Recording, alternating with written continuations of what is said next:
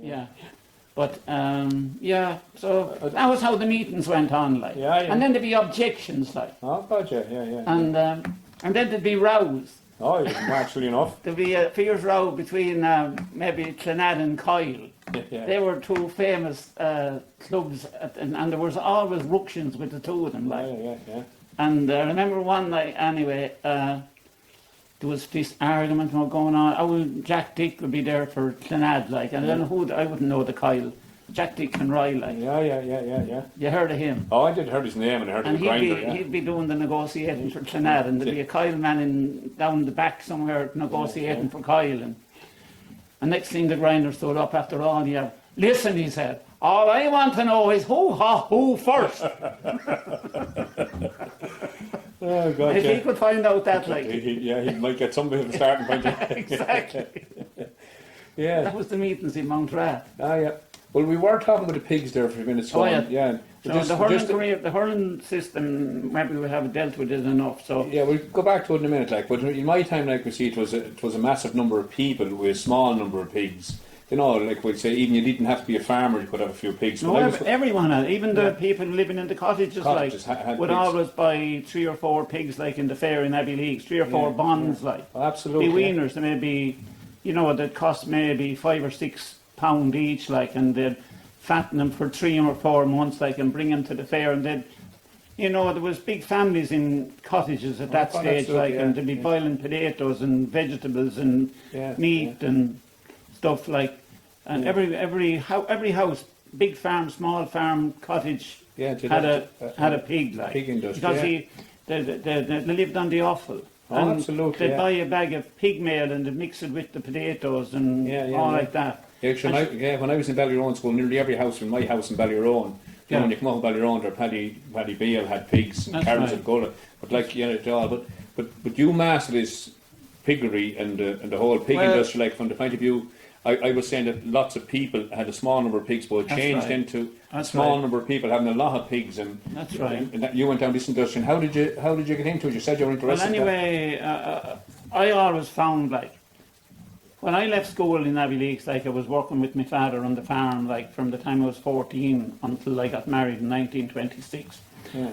And I saw the hardship with bad harvest. Like, people used to always say, oh God, it was lovely summers back then. Yeah. Surely there was some heinous summers. I remember 1954 or 1958. Yeah. And I remember the rabbits. Yeah. The rabbits used to eat. Do you remember the rabbits, Tom? The rabbits they ate 3 acres of beet on us one. You wouldn't believe that now. Yeah. We thinned 3 lovely acres of lovely beet in 1953. Yeah. I was 14 years of age that year, and up in the sandpit field under Wallace's there. Yeah. And the rabbits ate.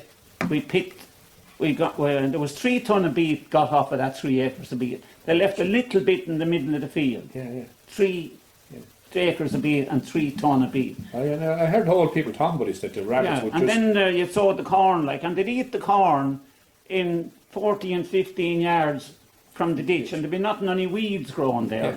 They'd poison the ground, like. Yeah. But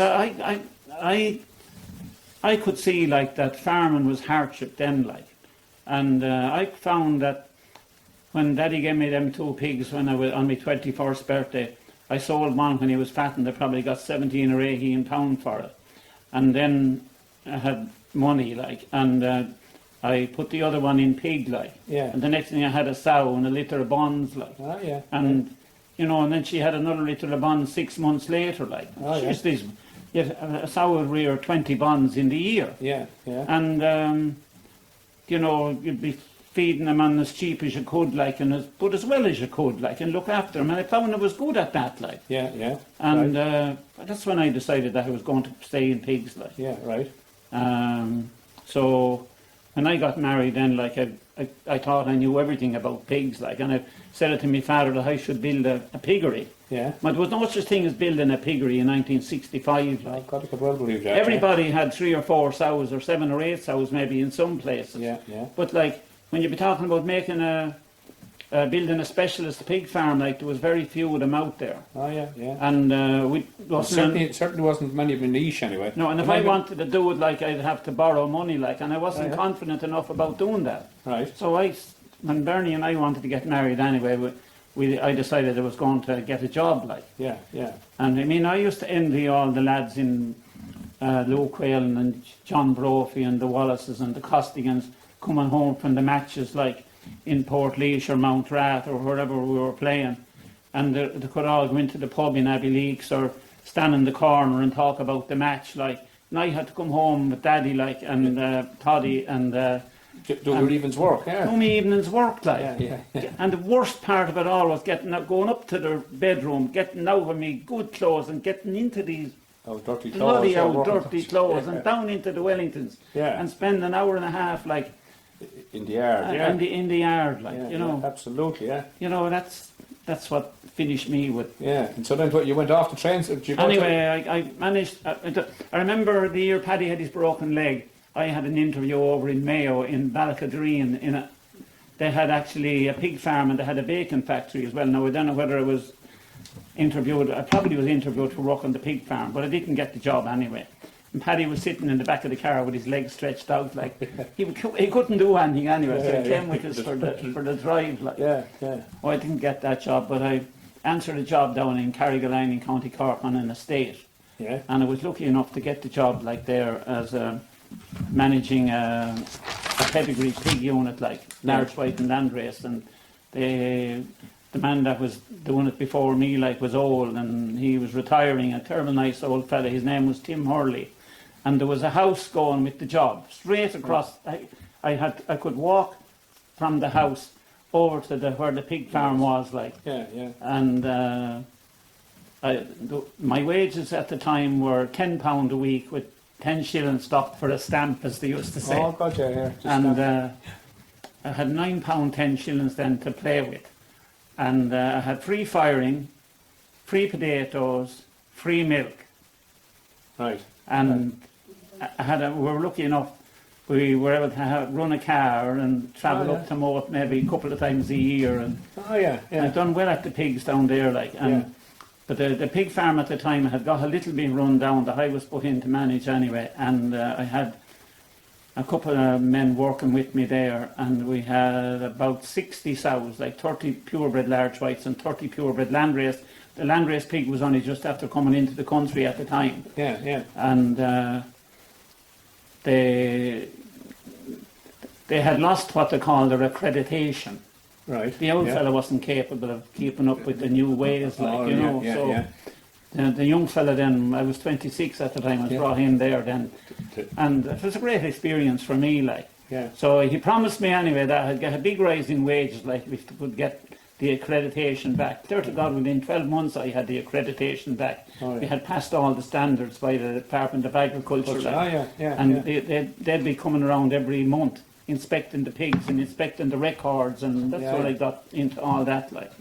And we were taking pigs to the show, and the spring show in Dublin, for show and for sale, like. That was a big thing. That was a big thing, yeah. And I enjoyed that, like. You get a week up in Dublin, which you'd have to sleep in. There was herdsmen's quarters, like bunk beds, like. And the pigs would be across the yard, like in their bunk beds. Like.